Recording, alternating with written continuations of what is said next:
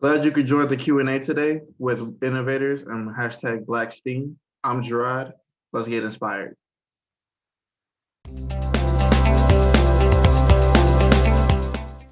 Hi, everyone. My name is Gerard Buckner with the Mortgage Institute for Research as part of the outreach team in the Discovery Building. Today, as part of continuing with our Saturday Science and our Black History Month celebration, we are acquainted by Blayne Stone, our Ph.D. student on campus. And yeah, we will get the conversation going right away. If you guys have anything you'd like to share, add questions for the audience, please use the hashtag Black STEAM Innovators, and we will be sure to connect with you, whether those are questions or just comments, and keep the conversation going. Please feel free to use that hashtag on any social media platforms, as we'll be checking many of them. There's probably some that's being released probably today, who knows. So yeah, Blayne, would you like to introduce yourself and we'll get the conversation started? Sure. Hello, everyone. I'm Blayne Stone Jr. I'm a current doctoral student in the Educational Leadership Policy Analysis Program, or ELPA, Higher Education Program at the University of Wisconsin-Madison. I'm also a research associate in the Wisconsin Equity and Inclusion Lab, also known as the WE Lab. Welcome. Blayne, so you are a PhD student. So where did you do your undergrad? So I did my undergrad at Florida International University. Shout out to FIU. Down in Miami. From there, I stayed at FIU. I did a master's in higher education administration at FIU. So doubling back for a master's at FIU. From there, I went to Cornell University up in Ithaca, New York, where I worked in housing for a little while. And then I also did a master's in human development and psychology while I was there. And then went to Iowa State, but then ended up transferring to UW-Madison in the doctoral program here. So yeah, so from the beautiful South all the way up to the north. Welcome to the snow. We appreciate you. Right. Are you originally from Florida, or what was that process of choosing your undergrad? Well, my dad was in the Army, so I was an Army brat. So I lived a couple different places throughout the U.S. I did some time overseas. Then when my dad retired, we moved to Florida. My parents are from Florida, so if I claim anywhere, I'm a Florida boy all the way. So that's where I'm originally from. And then again, most of my family is in Florida. So again, just kind of staying close to home, being able to kick it, with aunts, uncles, cousins, things like that was my choice. So how many times did you move as an Army brat? Probably like 4 or 5 times I could think of. Yeah. Wow. So you're well versed for sure. Yeah, awesome. And as a student, and even as personally, how are you overcoming COVID-19? I think for me, it's just I've been practicing mindfulness and kind of being very mindful, not thinking too much about the past, not trying to think too much about the future, and just kind of being, in the space. It has been challenging at times, being isolated to the house, but I found myself getting back more into like my hobbies, being able to read more personal things I wanted to read versus reading things for school, which I haven't been able to do for a while. And then I'm really into like art, so painting, drawing, that type of thing. So being able to kick that hobby back up is how I kind of been keeping my mind busy during these times. And then just doing a lot of check-ins, you know what I'm saying? Calling, texting, FaceTiming a lot more, just kind of checking in on friends and family and things like that. Just kind of how I've been dealing with the whole COVID situation. Yeah, I think that's a vital point. I think a lot of people say they're bored, but this is the prime opportunity to either rekindle some relationships or just be able to do that check-in with grandma or grandpa or mom and dad on a regular basis, or whoever that person may be for you. So I'm glad you mentioned that. You gonna share with us the books you're reading? What's out there that we should be open? I just got a ton from Barnes and Nobles. I think one is A Boy Raised by Wolves, Cast, which was the Oprah book series book. The current one I'm reading is My Grandmother's Hands. So again, talking about like mindfulness, dealing with trauma, how the body deals with trauma and those different types of things. And I have a couple other books on my list that I'm trying to get to, but I'm trying to get through those couple now to read through them and then move on to the next books that I want to check out. Nice, thank you. When you say Grandma's Hands, I think of the Bill Withers song. I don't know if you're a fan of Yeah, Beowulf. yeah, I know. Yeah. So yeah, so like we said, you're a PhD student. So like, what is your dissertation on, or like, what are you studying? What is the research? So my main research basically advocates for equality and justice for foster care youth of color that aspire to go to post-secondary education or get degrees or vocational school or things like that. So basically, looking at the stories and the journeys of Black foster care youth and their trajectory towards obtaining degrees is kind of what my research focus is. Okay, cool. And like, for those who may not know necessarily like how dissertations work, like what is your process and be able to collect your data or like even figure out what topic you want to touch on? Like, how did you manage to go through that process? I think for me, it came from my experience.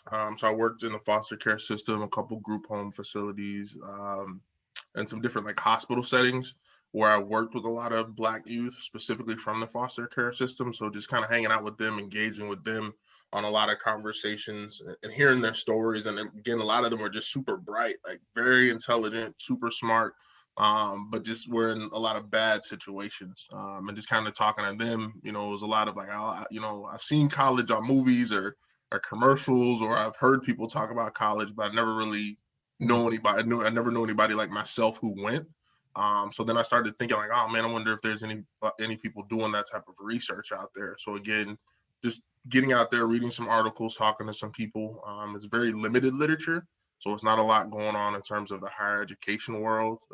But there's a growing body of literature, so there are more people starting to write about it.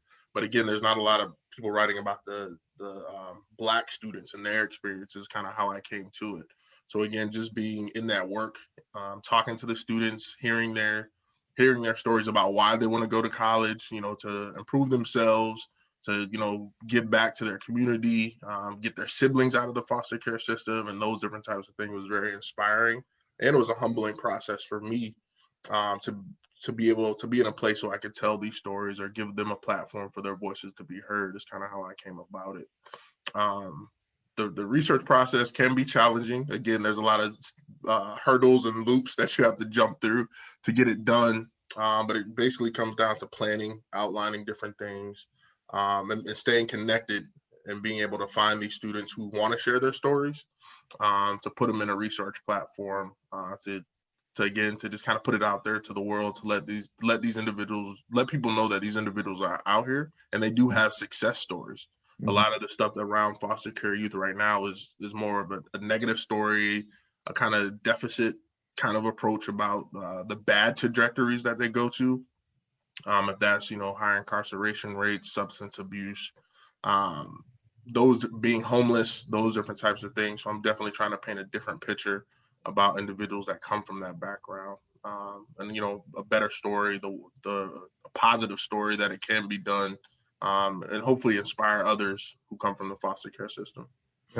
Yeah, I was just thinking, like I feel like the foster care system is a system that's never ever really thought about until news breaks out of a student from a broken home or something like that that's now incarcerated or something, or amongst those niches. That's usually the negative connotation. Like, what inspired you to be involved with foster care youth, and like what pushed that? Like I said, I feel like it's something that's usually in the back of people's brain until it's up on the news. Yeah, I think coming out of undergrad, I had a job opportunity that someone kind of put me on to working with foster care youth, and then that aspect, I just kind of fell in love with it. You know what I'm saying? Being able to be around individuals, and being in a place to help them, because again, just a lot of the stories, a lot of the backgrounds, it's just like stuff you may stuff that people don't hear about on a regular basis, because again, they're just horrible conditions. You know what I'm saying? Stuff that you might see people soon to expect to see like on a movie or in a book or those different types of things, but meeting these individuals who live these real life experiences, and again, just kind of taught me a lot about myself, but taught me a lot about the world as well. And I think the biggest part came when I was working at one particular place. We were able to take the youth off the site, so a lot of times we would take them to campus, different college campuses, and take them to different events, like the Black Student Union had a couple of events that we took them to. MPHC Greeks had like a step show, a stroll off. So being able to take them to those type of events and just seeing their eyes light up about, man, like this seems like really cool. This seems exciting. I want to be a part of this. You know what I'm saying? And just having them talk to other college students, particularly Black college students who are involved on campus, in Black Student Union, in Greek life, being able to talk to, football players, basketball players, those type of individuals, and then just being in that space was exciting, and seeing them in that space was exciting. And a lot of them continued to talk about those things. You know what I'm saying? Every day, I would go to work. They're like, "Oh man, like, can we go back to the college campus?" Or, how's so-and-so doing? I remember talking to them, at the step show or the Black Student Union event and those different types of things. So that's how kind of I got really involved in it, and just kind of being in that space was very positive feeling, what I'm saying, an uplifting moment for me. But again, being in a space that hopefully I can help other students like that get to college is kind of where my research is going, and what my career path will hopefully be, being that liaison between the foster care system and higher education institutions, and helping bridge that gap for foster care youth. Are you representing your Greek life on your sweater right now? Yeah. I had to. Black History Month, you know what I'm saying? So Cool. You want to tell the crowd organization you're part of? Phi Beta Sigma Fraternity Incorporated, blue and white, you know what I'm saying, 1914. I won't get into too much. Just do your research on it. That's all I'll say. Oh, that's awesome. Thank you. I hope that we can connect after this actually, and do some work together. We've before my role here with the Discovery Building, I worked in community centers, and it was always super fun to work with. I've always mainly worked with the alphas, and being able to get them to come, do step shows like Black History Month and stuff like that. The students go crazy. they absolutely love it. So, like I said, that's been my main contact when it comes to Greek life. So I would love to, touch base and see how we can connect outside. But that's for another time. As of right now, I could definitely put you in contact with the undergrads. Then I know there's a grad chapter as well in Wisconsin that I can put you in contact with as well, cool. to kind of get more Sigmas out there, man. Yeah. Joshua Wright, correct? Yeah. A really good friend of mine. Shout out Joshua. Yeah, shout out Josh. in your research that you're doing and stuff like that, for you, like, what does it mean to be a Black man, being able to do this research and touching base with these youth and bringing out these stories? It means a lot to me. I think not even just my research specifically, being around other people of color, specifically in the We Lab, different conferences that I go to, different mentors that I have, people of color. Again, it's just a great space to be in, and kind of reminding me that the Black mind is awesome. It's amazing. Even if you think back in history, Black people have been the inventors of a lot of things that we don't necessarily get credit for. But again, just being in a PhD program continuously reminds me to continue to be striving, to continue to be great, and hopefully put me in a place to inspire other, Black young children that want to be scientists, even if they don't want to go to college, because, again, college isn't for everyone, but just, again, chasing their dreams, whatever it may be, businesses, entrepreneurship, those different types of things is kind of where I see being Black, and, it needs to be celebrated on all platforms. Absolutely. Yeah. As I talked about, we're doing this during Black History Month, but this is something that should be regular, being able to highlight these moments and continuously learn about these different works that's happening in the community. Obviously, this is the Madison community, but like what's happening, worldwide, and how many of folks that look like us are making these great changes. Because I think what you're doing is an awesome dissertation or study, because I would love to learn more about that, especially the positives versus all the negatives that we mentioned earlier. To where you are now, what was that process like? I'll say like high school. Like, how did you know what you wanted to study, studying like your undergrad or even leaving high school? Like, obviously you knew you wanted to go to college, but, what were those things that affected you to say, like, I'm gonna go do a PhD and I'm gonna study like about, kids' right or kids' wellness in foster homes? I think for me, I'm not gonna lie, in high school, I didn't even know doctoral PhD kind of thing existed. I think for me, leaving high school, so I went to engineering high school. So going into undergrad, I was an engineering student or seeking to be an engineering student. So that's how I kind of also came into the STEM world. But once I got to college, um, it was just more of a struggle than anything. So I ended up changing my major. So as I changed my major a couple times, I ended up completing a degree in communication because I was like, oh, I like marketing. I like, music, being on the radio, that type of thing. So that's how I kind of left college, my undergrad experience going. I got an internship that turned into a full-time job at a marketing company. Was there for a little while. And then the director of campus life, who I had a pretty close relationship with, was like, hey, we have a job on campus. Also, I want to talk to you about this master's program in higher education. And I was like, oh, okay, let me check it out. So when I talked to him, when he told me it was going to be, a full paid master's degree, I was like, all right, I'm sold, that type of thing. So then ended up doing that, leaving the marketing world, and kind of got really involved in higher education. At the same time, that's really when I started working at the group home and working with foster care youth and those different types of things, and just kind of being in those classes, reading about the history of higher education, who they talked about in higher education, who was going to college versus who wasn't. I never really saw anything about foster care youth. And again, like I said, working at the group homes kind of just helped me merge those two ideas together. And that's how I started focusing on that's what I want my research, or that's what I want my job career to be. Because even at that time, I wasn't thinking about doing a doctoral program. I was like, I got a master's, I'm good, I'm ready. I'll be fine. I'll get a job, all that type of stuff. So then I did end up getting a job, moving to New York, working there.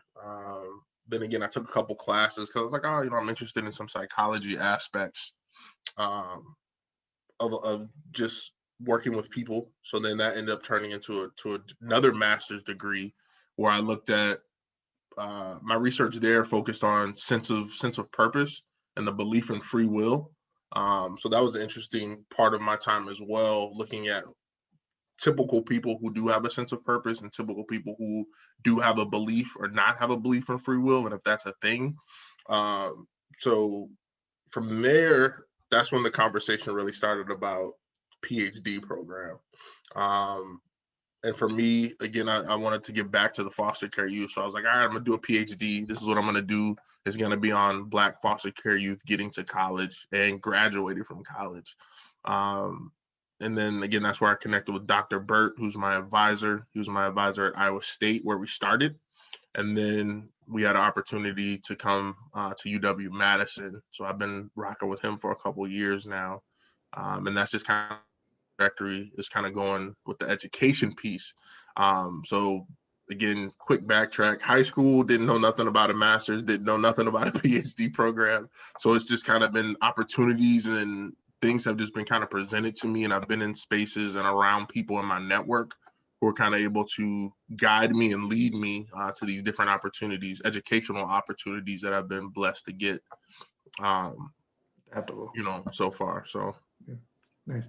Yeah, we had the opportunity of touching base with Dr. Burt. So definitely got to check out that conversation too. That was amazing. And be able to see, that's what I love about these things, is like you get to see the folks that are in that leadership role per se, like as a professor, and they get to see the students that are kind of following behind or learning new things and creating their lanes of their own. So it's really cool to see like kind of just like merge together almost, even though this is like, two separate calls. But yeah, so oh man, there was something I wanted to mention and totally forgot about it. Hopefully it comes back to me. So yeah, what advice would you have for somebody younger that you inspired today? I think my biggest thing is ask questions. When I was younger, I didn't tend to ask questions. I would just kind of let things go. But I encourage you to ask questions. I always say there's no such thing as a stupid question, because if it's something you don't know, don't be afraid to ask, because somebody will have an answer for you. And then also find mentors. You know what I'm saying? I think finding mentors kind of help and lead you and guide you or advise you into making the decisions that could be best for you. but also, making a 3-year plan, a 5-year plan outline of what you want to do, how you want to get there, and people that you think can help you get there is kind of how I would recommend, or what advice I would give to someone who's currently pursuing anything. And again, it's just not about going to college or obtaining a degree as well. Again, and that's if it's making a business, again, having mentors who are currently doing it, and then creating an outline or a guideline of how you want to get there year by year, the objectives, the outlines, or the goals that you want to set on a yearly basis. But then my number one is always ask questions. You know what I'm saying? Continue to ask questions and seek answers to those questions. And now that you mentioned that, I remember what I want to say. What, like in the next, like, I don't know, 2, 3, 5 years, what is your ideal plan? And like, what do you see as a career that fits with what you're studying and what you're doing currently? Yeah, sure. I'll say I'm still not sure what I want to be when I grow up yet. You don't have to know that.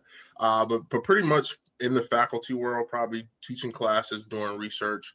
But outside of the faculty world, owning some group homes, and again, specializing giving back to the Black youth who are in the foster care system, and giving them a place that they can call home.